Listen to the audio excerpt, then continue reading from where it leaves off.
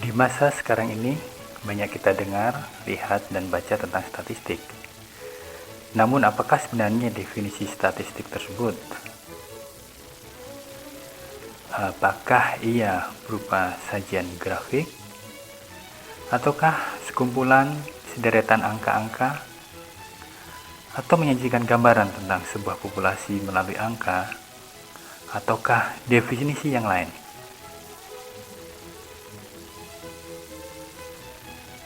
Salah satu definisi yang diberikan yaitu adalah statistik adalah serangkaian teknik-teknik yang berlandaskan sains yang lazim digunakan untuk membuat kesimpulan tentang populasi dan proses dengan ketersediaan informasi yang terbatas dan dapat bervariasi.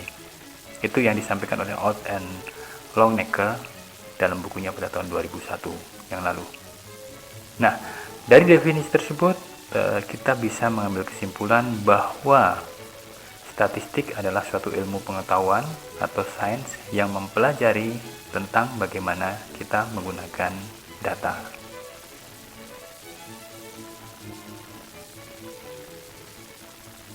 Dalam penggunaan statistik sebagai sebuah ilmu pengetahuan, ada beberapa tahapan yang harus dijalankan. Yang pertama adalah merancang proses pengumpulan data, di mana di dalam proses ini kita harus membuat suatu desain tentang metode untuk mengumpulkan data, apakah melalui eksperimen di laboratorium, atau juga beberapa data bisa dikumpulkan melalui survei lapangan, survei by phone, interview, atau observasi. Kemudian langkah selanjutnya adalah menyusun data untuk keperluan analisis. Jadi dari hasil data-data yang kita kumpulkan, kita akan susun, kita akan kategorikan sesuai dengan kategori yang kita inginkan. Kemudian setelah itu, dari data yang sudah kita susun ulang ini, kita akan bisa melakukan analisis data-data yang kita punyai. Analisis ini bisa menggunakan berbagai macam tools atau alat bantu yang ada di dalam statistik, yang nantinya beberapa di antaranya akan kita bahas lebih lanjut, terutama yang menggunakan metode analisis multivariat. Kemudian yang terakhir, setelah kita membuat analisis, maka kita harus membuat suatu kesimpulan, dan dari kesimpulan itu kita bisa membuat suatu laporan yang kita berikan kepada orang atau pihak yang meminta kita untuk melakukan penelitian tersebut. Jadi dari laporan itu nanti bisa dibuat suatu rekomendasi untuk langkah lebih lanjut yang akan diambil berdasarkan data yang kita miliki. Dari sini kita bisa melihat peran statistik dalam kehidupan sehari-hari, baik itu dalam ilmu pengetahuan maupun di dalam berbagai aspek kehidupan. Di antara yang pertama adalah menjelaskan hubungan antara beberapa variabel. Sebagai contoh, misalnya kita ingin tahu hubungan antara suhu udara dengan laju reaksi antar gas. Nah, dari situ kita akan bisa melihat suatu data. Apabila suhu itu naik, apa yang akan terjadi dengan reaksi antar gas. Apabila suhu itu diturunkan, apakah reaksi itu akan dipercepat atau diperlambat. Nah, itulah akan kita jelaskan melalui data yang kita punyai, atau melalui analisis statistik terhadap data-data yang telah kita kumpulkan. Juga bisa dipakai untuk alat bantu pengambilan keputusan. Yang paling aktual mungkin adalah bagaimana caranya kita membuat suatu keputusan, menentukan suatu langkah yang tepat untuk menghindari atau mencegah atau memperlambat, memutus mata rantai penyebaran virus pandemi saat ini. Nah, kita akan mengambil suatu statistik, data-data dari lapangan kita kumpulkan, kita kemudian membuat suatu modeling, kita akan bisa melihat suatu trennya, tentang tren penyebarannya dan sebagainya. Dan dari situ maka decision maker akan mengambil keputusan langkah-langkah yang akan diambil berdasarkan data dan olah data yang ada tersebut. Kemudian ada lagi, kalau kita bekerja di satu industri, kita selalu dituntut untuk selalu memperbaiki kualitas dan juga menyempurnakan proses produksi kita. Ini bisa juga dibantu dengan menggunakan statistik, data tentang berapa produk kita yang cacat dan bagaimana cara untuk menghilangkan produk kita yang cacat dengan melakukan satu perubahan pada proses. Maka kita lihat efeknya terhadap kecepatan produk yang dihasilkan atau terhadap kualitas produk yang kita hasilkan. Dan masih banyak lagi hal-hal di dalam kehidupan nyata kita yang bisa kita selesaikan, bisa kita permudah dengan menggunakan statistik. Nah, ada beberapa contoh di sini tentang penggunaan statistik. Yang pertama adalah ada sebuah pabrik manufaktur, dia memproduksi spare part, katakanlah dalam hal ini adalah bolt and nut, more than bolt. Nah, pabrik itu dalam satu hari dia memiliki kapasitas untuk memproduksi katakanlah sekitar 10.000 komponen mesin setiap harinya. Ada 10.000 more than bolt yang dihasilkan oleh pabrik itu. Seperti biasa, ada satu departemen quality control yang dia itu mempunyai tugas khusus untuk memantau cacat produksi, untuk mengendalikan agar semua produk yang keluar dari pabrik itu, dari unit produksi, memenuhi standar. Nah, sebenarnya idealnya produk atau semua produk yang keluar dari unit produksi itu harus dites untuk mengetahui apakah produk itu memenuhi standar atau tidak memiliki cacat produksi. Masalahnya adalah bahwa untuk mengetes 10.000 unit produk itu tentu yang pertama akan membutuhkan waktu yang sangat lama, kemudian yang kedua juga membutuhkan biaya dan energi yang tidak sedikit.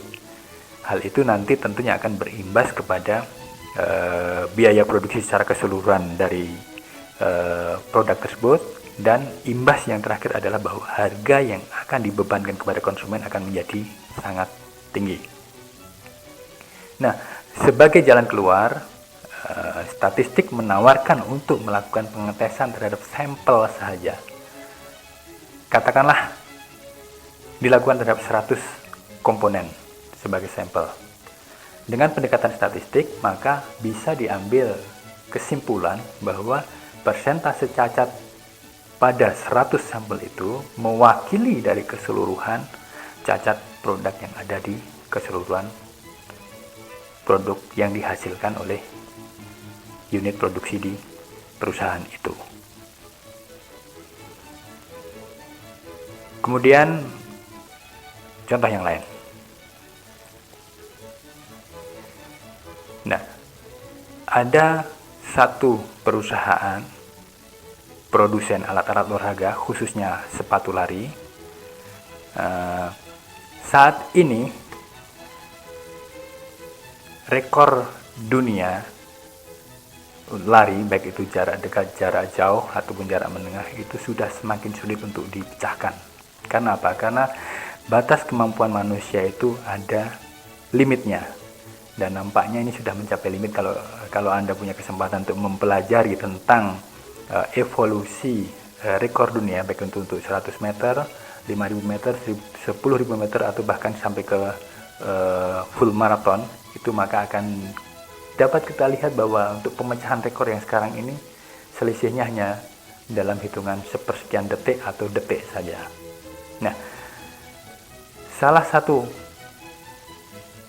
faktor yang dipercaya mempengaruhi performance dari atlet sendiri adalah sepatu yang digunakan. Untuk itu ada salah satu manufaktur sepatu yang dia mengembangkan satu desain baru, yang dengan desain baru itu setelah disimulasikan di komputer dan dilakukan research and development product, itu diyakini bahwa sepatu itu mampu meningkatkan kinerja pelari, yang dalam hal ini akan mampu meningkatkan kecepatan pelari. Nah, untuk menguji klaim tersebut, maka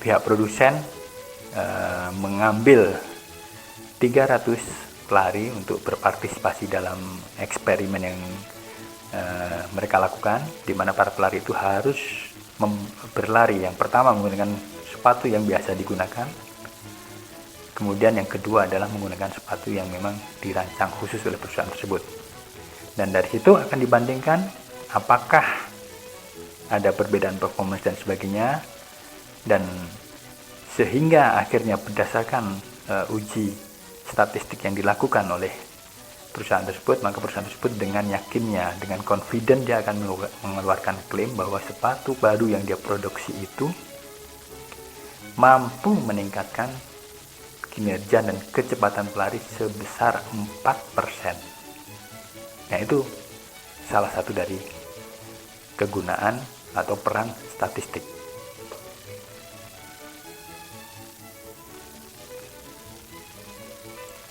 Nah, ada beberapa istilah dasar dari statistik itu sendiri yang sebelum kita melangkah lebih lanjut perlu kita refresh dulu, perlu kita ketahui terlebih dahulu, atau kita kilas balik sejenak. Yang pertama adalah tentang perbedaan antara populasi dan sampel. Apakah populasi itu? Populasi itu adalah mencakup seluruh objek di dalam wilayah penelitian. Katakanlah misalnya di dalam kecamatan Anda atau di dalam kelurahan Anda, itu ada semua orang yang ada di kelurahan Anda. Atau kalau misalnya Anda mempunyai satu close house atau kandang ayam tertutup, ya semua ayam yang ada di situ. Kalau ada 30.000 ayam, berarti populasi itu bisanya adalah 30.000 ekor itu. Di dalam satu kelurahan ada 2.000 penduduk, ya 2.000 orang itu adalah seluruh populasi. Kita sebut sebagai populasi, jadi seluruhnya tanpa kecuali. Nah, data dari populasi itu ya data yang kita ambil dari seluruh populasi itu. Jadi tidak ada satu yang terlewatkan pada saat kita melakukan pengumpulan data. Nah, kemudian sampel itu hanya sebagian objek dalam wilayah penelitian. Katakanlah misalnya kandang ayam Anda yang 30.000 ekor itu, Anda ambil 100, 200, 300 atau 400, selama itu tidak mencakup keseluruhan, itu disebut sebagai sampel, bukan populasi. Nah, subkumpulan datanya juga hanya diambil dari sampel yang Anda ambil itu. Katakanlah misalnya Anda mau mengecek berat badan ayam yang ada di kandang Anda. Kalau itu data untuk populasi, berarti semua ke 30.000 ekor itu Anda timbang semua. Tetapi kalau untuk sampel saja, Anda cukup mengambil 100 atau 200 atau 300 sesuai dengan size atau ukuran sampel yang kita tentukan, kita timbang itu sebagai subset data. Nah, contoh yang lainnya adalah misalnya untuk sensus penduduk. Kita saat ini sedang ada sensus online di seluruh Indonesia. Dalam sensus online itu semua populasi akan didata, termasuk seluruh anggota keluarga kita. Itu berarti skopnya adalah populasi. Nah, kemudian untuk sampel sendiri, quick count, hitung cepat pilkada. Ada sekitar 30.000 orang di dalam satu distrik yang dia mempunyai hak pilihnya. Tetapi lembaga survei hanya menggunakan sekitar 1.000 orang atau 1.000 pemilih untuk mendapatkan hasil secara cepat untuk memprediksi siapakah yang memenangkan pemilihan. Dan seperti kita ketahui yang sudah-sudah di pemilu kita, hitung cepat pemilihan ini hasilnya relatif akurat dibandingkan dengan hitungan secara keseluruhan. Nah, itu perbedaan antara populasi dan sampel.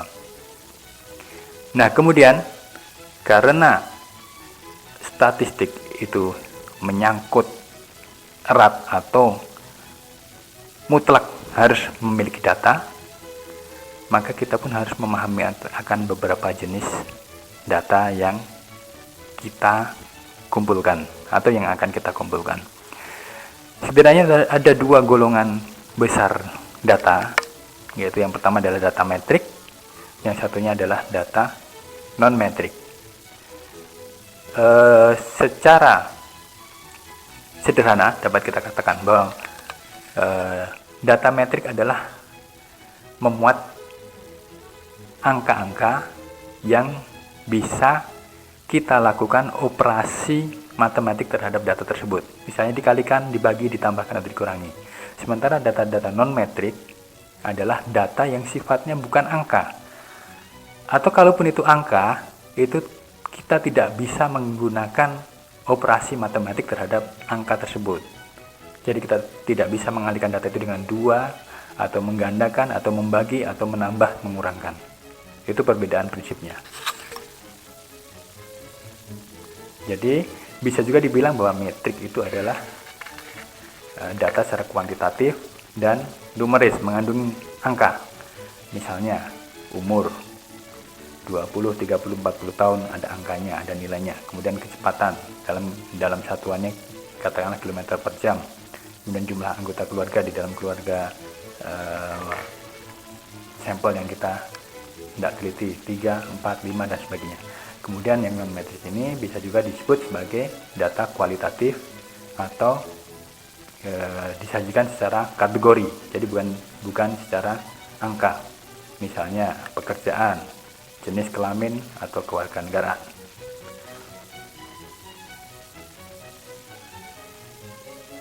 Nah, salah satu contoh data, perbedaan data antara metrik dan non-metrik bisa disajikan sebagai berikut. Misalnya yang pertama, tuh data unitnya adalah manusia atau orang atau individu. Untuk yang metrik atau numerik atau kuantitatif itu misalnya berapa anak yang dipunyai? 3 anak. Berapa penghasilan Anda? Berapa lama Anda bekerja dalam 1 minggu? Sementara untuk data yang bersifatnya kategori atau kualitatif bisa disebutkan di mana Anda tinggal atau di mana Anda lahir, kemudian apakah pekerjaan Anda, apakah tipe pekerjaan Anda, itu adalah kategorikal. Atau misalnya data unitnya adalah rumah. Secara kuantitatif kita bisa carikan data misalnya berapa luas rumah Anda, kemudian misalnya katakanlah berapa harga rumah Anda. Itu akan disajikan dalam data kuantitatif. Data kualitatifnya misalnya di manakah letak rumah Anda, atau kemudian termasuk dalam kategori apakah rumah Anda mewah, sederhana, atau biasa-biasa saja. Kemudian misalnya lagi data unit yang berupa suatu usaha atau perusahaan, maka variabel numerisnya atau data metriknya bisa berupa berapakah jumlah employee, jumlah pekerjamu, atau bisa juga berapakah kapasitas produksimu. Itu akan dijawab dengan angka yang dapat dioperasikan secara matematis. Nah, kemudian untuk kategori misalnya dalam bergerak dalam bidang apakah bisnis ini, bidang pendidikan atau mungkin bidang pariwisata, bidang perdagangan dan sebagainya. Itu perbedaan nyata antara metrik dan non-metrik data. Nah, sekarang mengenai data non-metrik sendiri, ini masih bisa dibagi lagi menjadi 2 subkategori. Yang pertama adalah nominal, kemudian yang kedua adalah ordinal. Dua-duanya adalah tidak bisa dioperasikan secara matematik karena sifatnya kualitatif. Nah, nominal itu sendiri adalah suatu bilangan yang untuk mewakili suatu kategori. Misalnya di dalam kuesioner Anda menanyakan tentang jenis kelamin Anda, pria atau wanita. Pria atau wanita adalah non-metrik. Tetapi itu nanti bisa kita sajikan dalam bentuk bilangan, 1 untuk mewakili pria, 2 untuk mewakili wanita. Contoh yang lain, misalnya tentang tingkat pendidikan. Tingkat pendidikan kategorinya ada SD, SMP, SMA, S1, S2, S3. Ada 6 kategori di situ. Itu bisa dibuat dalam angka, dibagi dengan angka. 1 untuk SD, 2 untuk SMP, dan seterusnya. Itu nominal. Kemudian ordinal. Ordinal adalah juga berupa bilangan bulat yang bersifat kategori, tetapi itu menyatakan urutan. Kalau yang nominal tadi dibolak-balik tidak ada masalah. Misalnya 1 untuk pria dan 2 untuk wanita, pada suatu saat Anda melakukannya, Anda balik, tidak ada masalah. Tetapi untuk yang ordinal ini, dia menyatakan urutan. Contohnya misalnya 1 untuk anak pertama, 2 untuk anak kedua, 3 untuk anak ketiga, dan seterusnya. Atau bisa juga pada saat kita mengeluarkan satu produk, kita meminta respon dari responden kita, meminta tanggapan dari responden kita tentang produk kita, tentang yang pertama katakanlah misalnya kualitas layanan kita, apakah sangat buruk, sedang, baik atau sangat baik. Nah, dari situ kita buat skala, ada skala 0 sampai 10. Skala atau 1 sampai 10. Skala 1 adalah yang paling buruk, kemudian 10 adalah yang dianggap sebagai paling baik. Itu adalah data ordinal. Nah, kemudian untuk data yang sifatnya metrik, ini juga bisa dibedakan menjadi 2. Yang pertama adalah data interval. Kemudian ada satu lagi yang disebut sebagai data rasio. Nah, apa bedanya antara interval dan rasio? Untuk interval ini, dia adalah suatu kisaran angka. Nah, kisaran angka itu masing-masing kisaran itu dia memiliki jarak yang sama antara urutan sebelumnya dengan yang sesudahnya dan sesudahnya lagi. Dia akan memiliki jarak yang sama. Tetapi dia tidak memiliki nilai basis nilai 0 yang absolut. Contohnya adalah intervalnya adalah tahun. Katakanlah misalnya suatu data, Anda mempunyai suatu data, itu range-nya dari tahun 2000 sampai 2010. Nah, 2000 sampai 2010 itu ada 2000, 2001, 2002 dan sebagainya, itu adalah interval. Di mana dalam interval itu kita tidak bisa melakukan operasi, terutama operasi perkalian dan pembagian. Katakanlah misalnya 2000, tahun 2000, kemudian dikalikan 2 menjadi tahun 4000, itu tidak dikenal dalam data interval. Untuk contoh yang lainnya adalah suhu. Ada banyak skala suhu di mana nilai 0 absolutnya itu tidak sama. Antara derajat Celcius dengan derajat Fahrenheit itu nilai 0-nya itu tidak sama. Sehingga hal itu tidak akan bisa kita operasionalkan dengan katakan perkalian. Karena misalnya 50 derajat Fahrenheit dikalikan 2 sama dengan 100 derajat Fahrenheit. Apakah feel pada 50 derajat Fahrenheit itu memang betul-betul separuhnya dari 100? Enggak. Kenapa? Karena kalau kita ubah dia dalam skala derajat Celcius, maka angkanya tidak akan lagi menjadi 2 kalinya. Yang 100 Fahrenheit tadi tidak akan menjadi persis 2 kalinya dari 50 Fahrenheit dalam derajat Celcius. Itu artinya data suhu itu dia tidak memiliki basis 0 yang absolut, sehingga dia kita anggap sebagai data interval. Nah, kemudian untuk yang data berikutnya adalah data rasio. Nah, data rasio ini memiliki tingkat presisi yang paling tinggi di antara seluruh data, di mana data itu dia mempunyai nilai 0 absolut yang sama, sehingga operasi perkalian dan pembagian bisa dilakukan pada data tersebut. Contohnya adalah tinggi atau berat badan.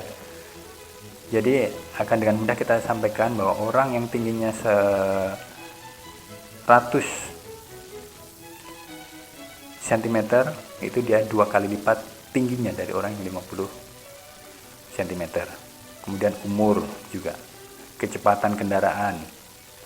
Nah, ini kita sebut sebagai rasio. Kalau kita lihat dari tingkat presisinya, maka urutannya adalah yang paling tidak presisi adalah yang pertama adalah data yang bersifat nominal, kemudian ordinal, interval, dan rasio. Inilah yang paling presisi dan biasanya sering dipakai di dalam bidang engineering.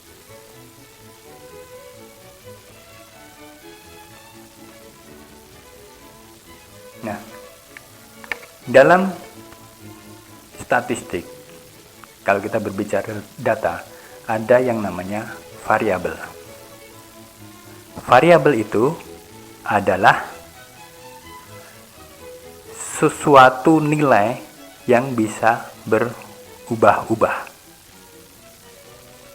Jadi bukan sesuatu hal yang tetap. Nah, data itu adalah variabel itu sendiri. Katakanlah misalnya untuk suhu saat ini pada saat pengamatan kita bisa ubah-ubah untuk mengetahui efeknya. Nah, suhu itu disebut sebagai variabel karena bisa kita ubah. Nah, ini bisa dikategorikan menjadi dua.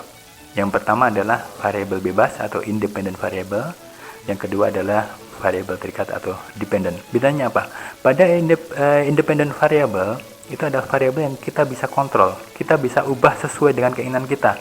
Misalnya kita ingin mengetahui pengaruh tinggi badan terhadap kecepatan lari, atau yang lebih mudah pengaruh suhu terhadap kecepatan reaksi. Nah, suhu ini kita bisa ubah-ubah. Kita bisa set suhu mulai dari 20 derajat, 30 derajat, 40 derajat, 50 derajat. Artinya bahwa suhu itu adalah peubah bebas atau independent variable. Nah, dependent variable atau variabel yang terikat itu dia tidak bisa kita tentukan. Nilai dia, besaran dia adalah tergantung pada variabel bebas yang kita tentukan tadi. Katakan misalnya variabel terikat itu adalah kecepatan reaksi berdasarkan suhu, maka pada saat suhu naik dari 20 menjadi 30, maka kecepatan reaksinya itu dia akan berubah sesuai dengan suhunya. Jadi dia akan terikat dengan kondisi suhu tersebut.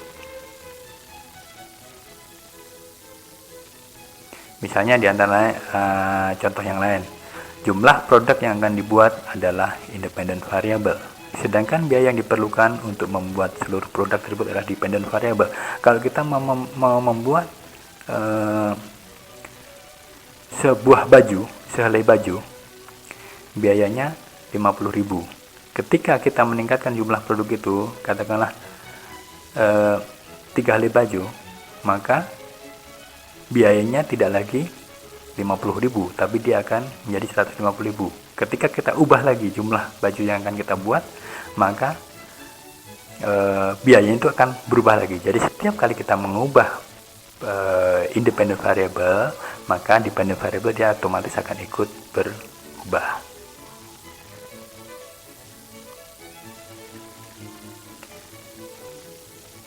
Dalam statistik, untuk memudahkan kita melihat tren atau juga memudahkan kita untuk membaca data, maka ada beberapa teknik penyajian data.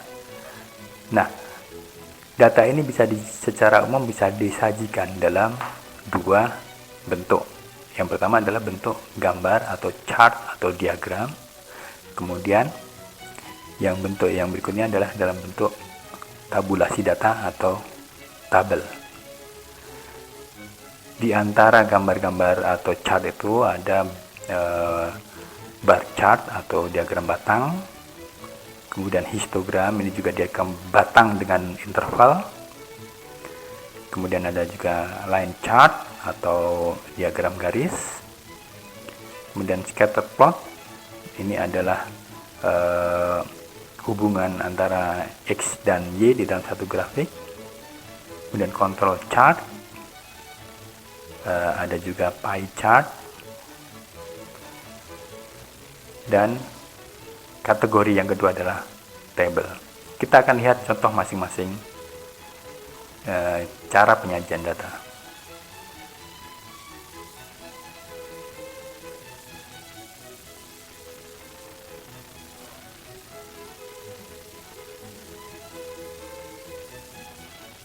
Ini adalah contoh diagram batang.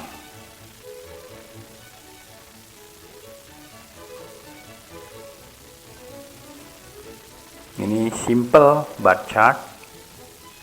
Kemudian ada juga yang disajikan secara mendatar atau horizontal bar chart. Kemudian yang ini menumpukkan data di dalam satu batang atau stack bar chart.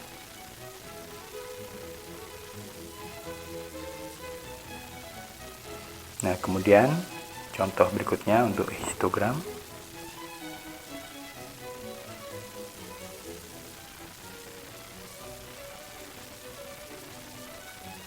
Nah, kita lihat di sini untuk yang garis mendatar itu adalah ada pengelompokan data, pengelompokan umur. Ini Kalau secara bentuk dia akan hampir sama dengan diagram batang atau bar chart, hanya saja di sini dibuat dalam per kategori. Jadi bukan per variabel tapi per kategori. Kemudian untuk selanjutnya diagram garis.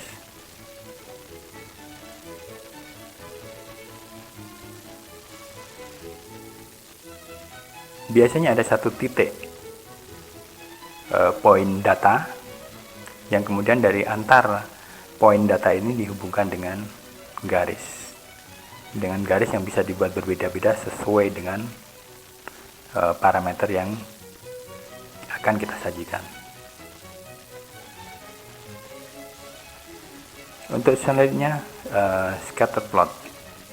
Ini adalah melakukan plotting, biasanya dipakai untuk menyatakan korelasi antara variabel bebas dengan variabel terikat. Sebagai contoh dalam ini adalah hubungan antara suhu dengan energi bebas yang dilepaskan pada reaksi pada suhu tersebut. Nah, bulatan-bulatan inilah yang menyatakan adalah data point yang kita perlu dari eksperimen. Ini disajikan tanpa garis. Ada juga yang disajikan dengan garis juga. Kita lihat yang di sini adalah garisnya dibuat smooth, menghubungkan antar semua titik. Kemudian ada juga yang dibuat sebagai trend line yang linear, yang menghubungkan antara titik pertama dengan titik terakhir, di mana garis itu dibuat untuk menyerupai persamaan linear yang mewakili dari pola hubungan antara variabel bebas dengan variabel terikat.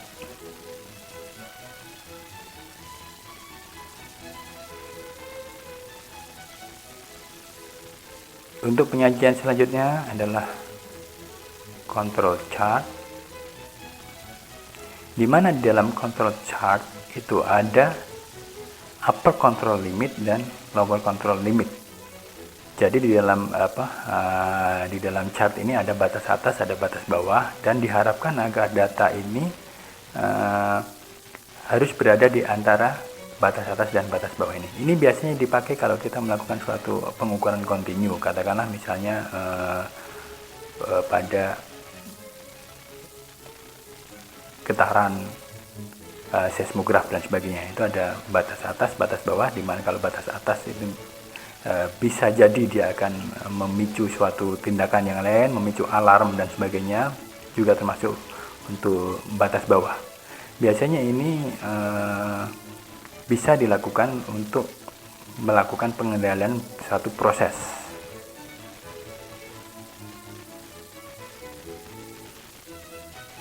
Kemudian ada satu penyajian yang cukup populer yang lainnya adalah pie chart, di mana di sini ada bulatan yang dibagikan berdasarkan dengan persentase atau porsi dari suatu data.